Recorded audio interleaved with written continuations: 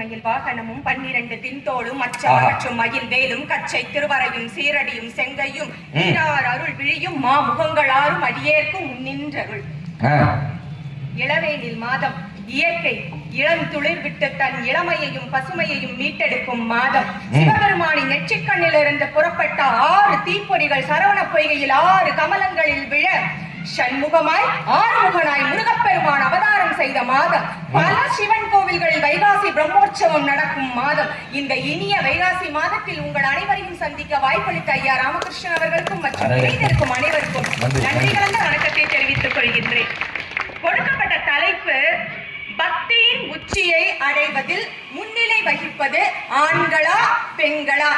தலைப்புக்கு சம்பந்தமே இல்லாம பேசுறாங்க ஐயா, ரொம்ப கஷ்டமா இருக்குது.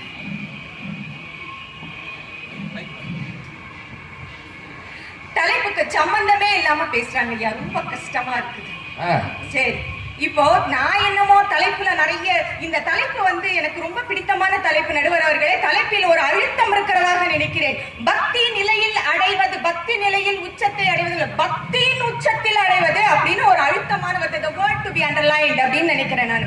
அப்போ பக்தி அப்படிங்கிறது வேற, பக்தியினுடைய உச்சம் என்பது வேற அப்படிங்கறத நம்ம தெளிவா புரிஞ்சுக்கணும். இதுல பக்தி அப்படிங்கறத சின்னதா ஒரு பொருள் சொல்லி இல்லாமே கிளாஸ் எடுத்தே பழகி போச்சு, வேற ஒண்ணும் இல்ல.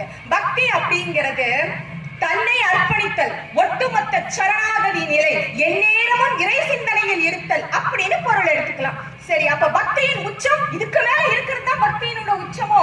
ஆமா, இறைவனோடு தன்னை ஐக்கியப்படுத்திக் கொள்ளுதல். இந்த ஜீவாத்மா அந்த பரமாத்மாவோடு இணையும் பொழுது அந்த பக்தி உச்சத்தை அடைகிறது அப்படின்னு பொருள்.